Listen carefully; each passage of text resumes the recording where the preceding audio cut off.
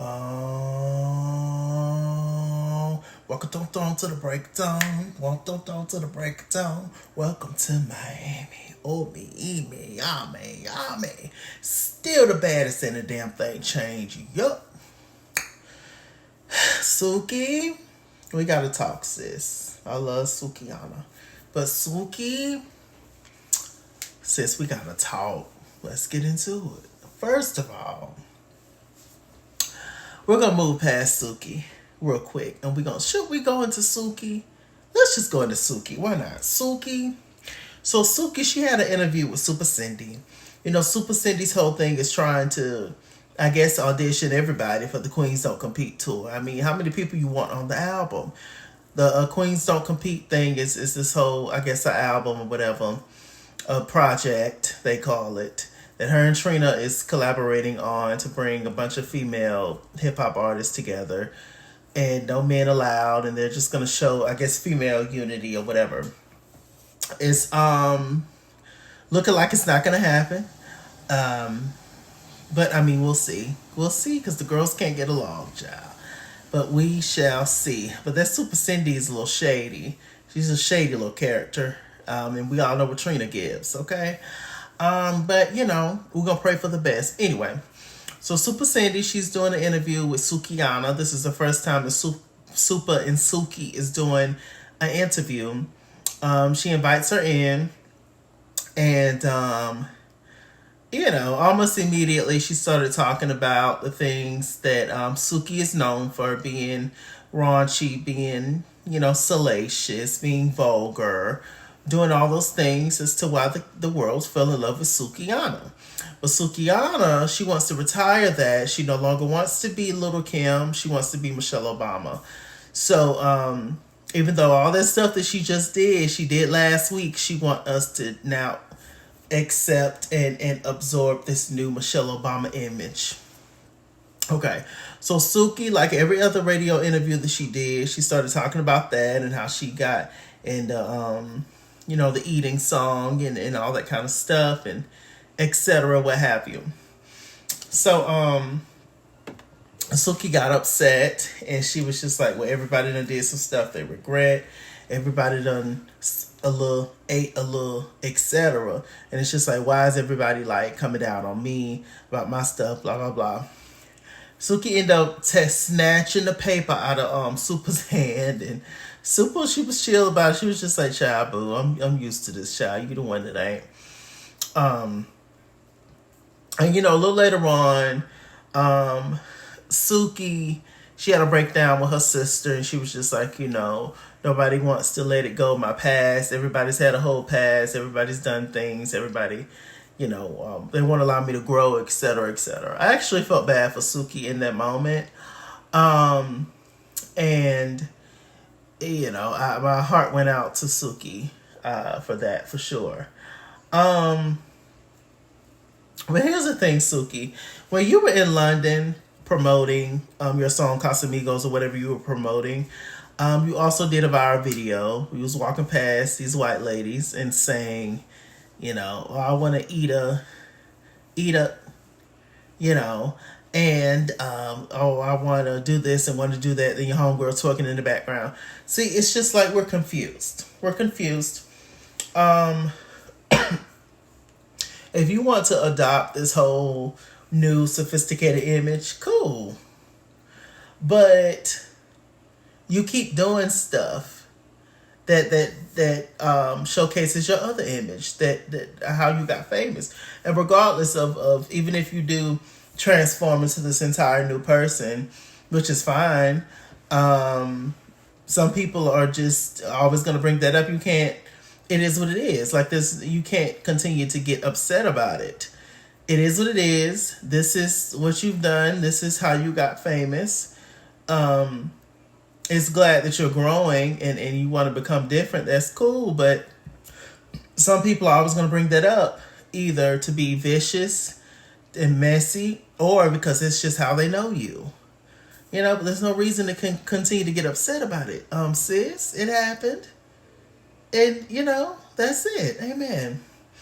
Okay, so, let me see. What else is happening? Um, Flow, child. No, should we talk about Flow? Let's get to Amada, Safari, and Ray J and Princess. So Princess invited Amada over to the house to have like a little shindig, and unbeknownst to Amada, Safari was coming too. She didn't know that Safari was coming. So because Ray J invited Safari, and Princess and Ray J did not know that Safari and Amada was no longer together. So that was that, right? So it became a thing. They got there. Amada wanted to leave. Amada had not spoken to Safari since they got into it at the restaurant. And so Ray J lied because he was the one that convinced Safari that Amada was probably over there in Dominican Republic talking to her baby daddy, or trying to hit up her baby daddy. And Ray J just went with it. Safari just went with it. And Ray J was trying to make it seem like, oh, he needs to get into your culture more and whatever, just making up stuff to say. And of course, Safari had his back, child, because these men stick together. And so Ray J and Princess ended up leaving the room. Safari and Amada ended up talking. And they came to the realization that maybe it was just like a big understanding, everybody blowing stuff up. Safari was just like, it's certain things that come with me.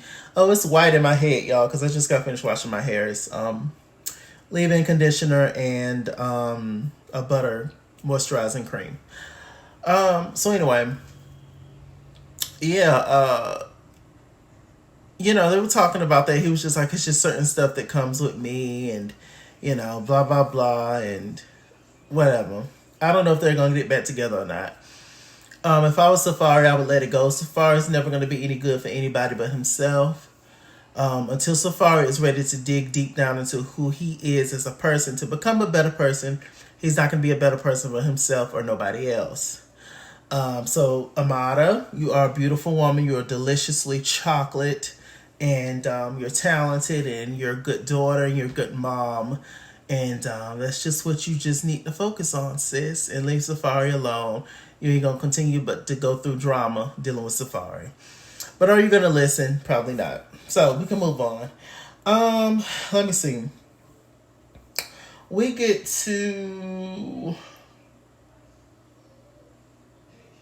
Trina Day, right? So Trina had an interview with Super Cindy, and they were talking about the Queens Don't Compete tour. I'm so tired of hearing about it. But then they also talked about Trina Day, which is an annual celebration that she has every year where they honor Trina, and I guess they honor whatever else Trina wants to honor or whatever.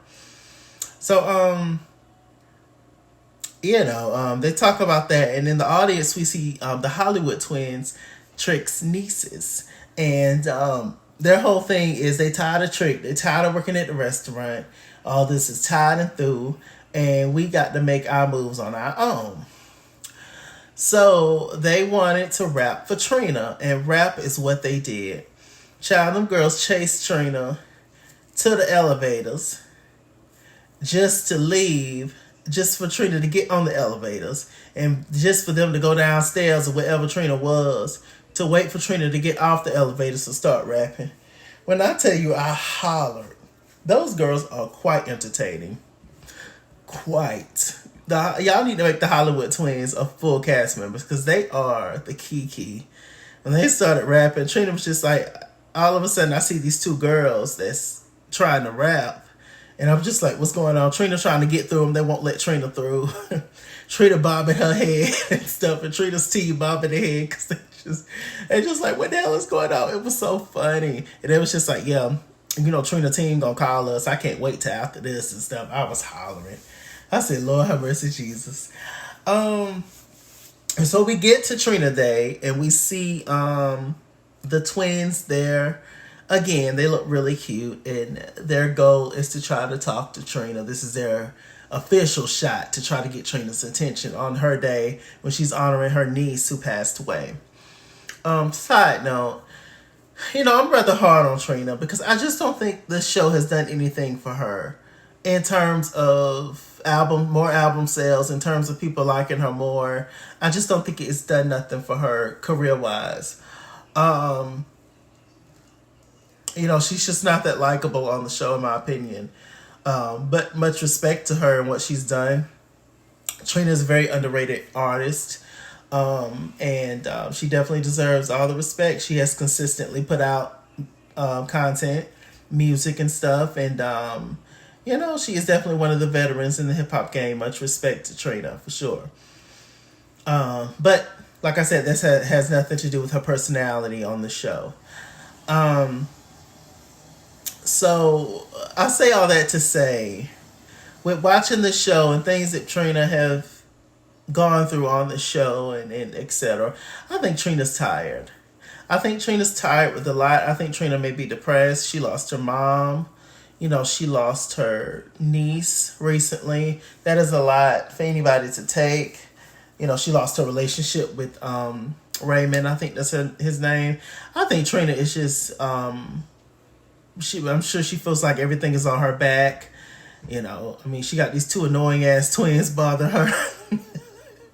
She's honestly, she may be going through it, but she's one of those people that just keeps working to not have to deal with pain and the emotions of it all. And she's overwhelmed. She's tired. So I'm sure it's a lot with Trina.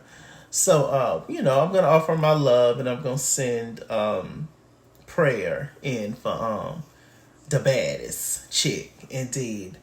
Because, we just don't know. But anyway, back to Trina Day. Like I said, they're honoring her niece. And, she's very pretty. And we get to that, and we see Snoop, which is Trina's brother.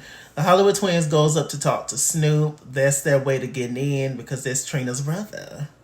So they walk up to Snoop. Snoop is cool and kind. And he was just like, okay, well, I'm going to try, but you know how Trina is. As soon as them girls walked over, Trina was training them purple braids. She was just like, this section only for family. We got to go. Y'all got to go. Y'all got to go. Child, it was just like, oh, wow, that was awkward. Those girls are a hot mess. Raptresses, they are not. But they are so entertaining. They are so funny. And I would love for them to be on next season. Just cutting up and acting a fool. Why not? Give them something to do, child. Because Trick tired of them. They tired of Trick. Give these girls something to do. If nothing else, they can be reality stars. How about that? So we get to Flo and her foolishness. Flo is upset. She was crying at the beginning of the episode because her dancers and Trina and herself was all arriving separately to the Summerfest where she's performing, but the dancers nor Trina did not came. Apparently they released a statement saying that Trina was stuck in traffic. It would have been nice to actually hear that from Trina, but okay. Claudia convinced Flo later on in the episode that Trina did not come because Trina did not put that kind of program on a priority list to do. In other words, she felt like it was beneath her. That's what Claudia thinks. I can't say yay or nay on that. Who knows why actually Trina did. Maybe she actually was in traffic, but I mean, I don't know. Considering how y'all knew how the traffic was possibly going to be, or y'all knew, Flo mentioned something saying it's a one-way in or one-way out. Something she said about where the actual stadium or arena was, on how to get there and all that. You would think that with them knowing that they would leave a lot earlier or whatever, what have you. I don't know. But it is what it is. Has didn't come. And Trina did not say anything about it this episode either. Okay. But they're going to talk about it next week with Gael and all of them. We'll get into it with Trina. I'm just like, child, Trina going to lose it on y'all. Okay. So while she's there, Claudia there, Flo's girlfriend, and we have, what's his name? Merlin! Merlin is there. And Gael is there. Her sister Joyce is there, to support Flo. The only person who Flo is listening to calm down is Marlon. And Claudia's feeling some kind of way about that naturally, as she would. And Joyce, Flo's sister Joyce, do not know about the fact that her and Claudia are together. Only that Missy Gael know. And Gael and Claudia used to be friends back in the day. So when Gael who's a hot mess, but when she says that Claudia don't mean Flo no good, I believe her. Because they've been rocking together for years. Now all of a sudden you want to get with my sister. It's definitely something. You know, that Gael's a hot mess. She's not to be trusted either. But I believe what she says when it comes to Claudia. However, I did feel bad for Claudia in this episode. We'll talk about it. But yeah, so we got through that. So Flo finally wants to confront her mom and tell her mom that her and Claudia are an item. Mama is an old school Haitian lady. She's not for it. She's not for the LGBTQIAGGIONZ. She's not for the girls. She's not for the boys. You know, she's just not here for it. But you know, she loves her kids. But she don't love that. So she tells her, Mama was just like, she starts shaking her head and stuff. And then of course the sisters got something to say. Gael is the first one that got something to say. And why you bring her to my mom, you bring her to my mom, disrespect my mom. And I'm just like, well, she told y'all. Eventually she had to tell her, I mean, my God. You know? So I'm just like, yo, there is a mess. There is a mess. Of course it went left. Mama ended up leaving. Gael was being nasty to Claudia. Claudia threw a bottle or something at her. Gael threw something back. Gael and Joyce, they end up leaving. The mama ended up coming down and coming back, and she was just like, Claudia, you are proving that you are the trash. And Flo was just like, no, because Gael was disrespecting her. You can't say that. Mama didn't want to hear it. Claudia ended up going to the car. I felt so bad for Claudia in that moment. To sit there and be disrespected by multiple people, by your significant other's family, is hard to take.